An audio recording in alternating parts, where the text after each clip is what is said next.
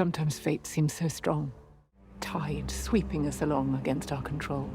And sometimes it's as fragile as gossamer. If you're a show-only fan and haven't read the books, this video is safe for you. If you're a book fan as well, I think you'll still find this video worthwhile. Have you ever experienced a moment in a fictional universe, a TV show, a book, or a movie that changed everything?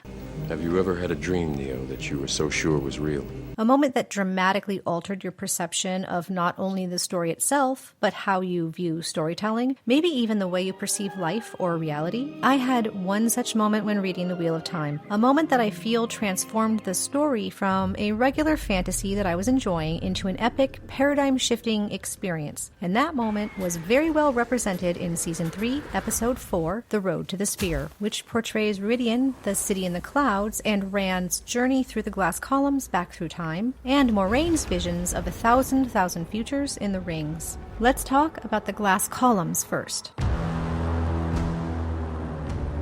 In many stories, history is just a list of things that happened, one thing leading directly into another. Little information is lost or miscommunicated in its retelling through the ages. In stories like The Lord of the Rings, one might argue that this is because there are beings that have been alive throughout history, and so remember it with great accuracy. But all the same, it's not a very nuanced or realistic portrayal of how history actually works. It's still great storytelling, obviously. I would not diss Lord of the Rings, without which the Wheel of Time wouldn't even exist, but it is all pretty linear. When I read Rand's experiences in the glass columns in Rhuidean, I felt like I'd caught a glimpse of something bigger. Very much like getting right up close to a masterful painting to see the brushstrokes. Like the branches of Avendasora, each event didn't simply lead to the next, it led to a dozen, 100, 1,000 other branching events, all connected in an intricate pattern. Sometimes those branches met other branches to form something entirely unexpected, but absolutely necessary to build the reality our main characters live in.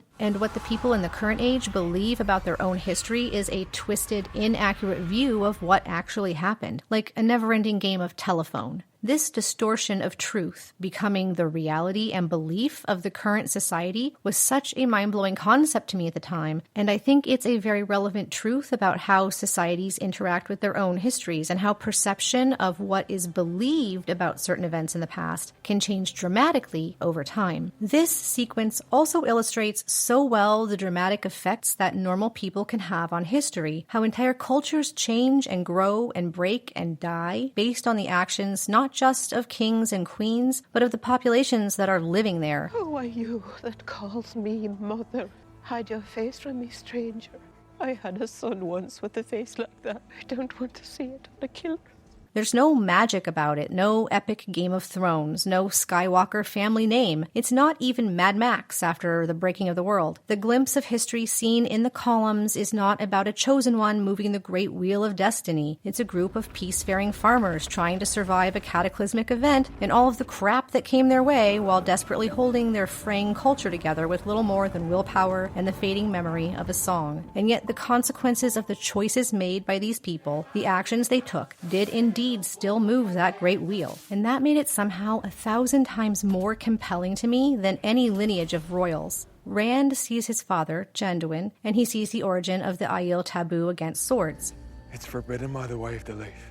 He sees the link, long lost to memory, that the Aiel have to the traveling people, to the Cairhienin, to the Aes Sedai, to Dragonmount. Prior to even entering the columns, he learns that he was tied to Moraine before he was even born. The choices made by someone that no one remembers, whose name and actions are long lost to history, can have as great an impact on the current fabric of reality as the choices of kings and queens. More, probably, because there's a million nobodies and only a handful of royals. Importantly, in the glass columns, in the history that the Aes Sedai said it was imperative be remembered, Rand didn't see King Laman, who cut down the Chora tree in his pride and started a war. He didn't see a previous incarnation of the dragon. He didn't see any heroes of the Horn. He just saw his ancestors, regular people living in difficult and extraordinary times, making difficult and extraordinary decisions that rippled throughout the centuries, creating new cultures, destroying old ones, their paths diverging and reconverging, every single choice a step on the path that led finally to him, the Dragon Reborn. In hindsight, this moment impacted both how I perceive all works of fiction since then, and how I view the real world. People are the products of events far outside of their control, extending back into history. The choices made by your grandparents, grandparents, grandparents, the experiences had by an ancestor 3,000 years ago are also a part of your story, part of your path, even though in most cases you will never know what those experiences or choices were.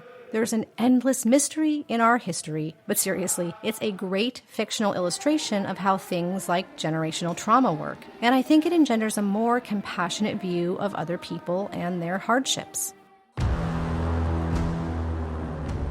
As a mirror to Rand's journey backward through history, Moiraine's experience in the rings, which incidentally happens mostly off-page in the books, though the concept of a multitude of potential futures is still explored in depth in other scenes, her experience shows her countless other possible futures. I thought the filming of this was a masterstroke, the climactic event of her life turning and turning and turning, each turn a different Moiraine, but still potentially her at least. She comes away knowing two new truths, that in order for Rand to succeed, she must die, and that the White Tower must bend the knee to Rand, to the Dragon Reborn. In the rings, she saw iterations of herself where she made choices that ended in disaster, where she made terrible mistakes, letting lust or pride or a desire for power rule her judgment, even for a moment. Moiraine is seeing many potential branches of the future. Actually, more than seeing, she is living them. She experiences the potential consequences of every choice made, of events that could have shaped her differently, all leading to different outcomes, not just for her, but for the whole world. This is no spoiler, show only speculation here. I think that the realization that she very much could have been someone else with just a different experience here or a different choice there will have a great impact on Moiraine and her future choices. How she admitted to Swan that she realizes she would have made an even worse mess in the tower should their positions have been reversed illustrates this. Our unknown histories, our potential futures, we are all of us so much more than just the sum of our parts.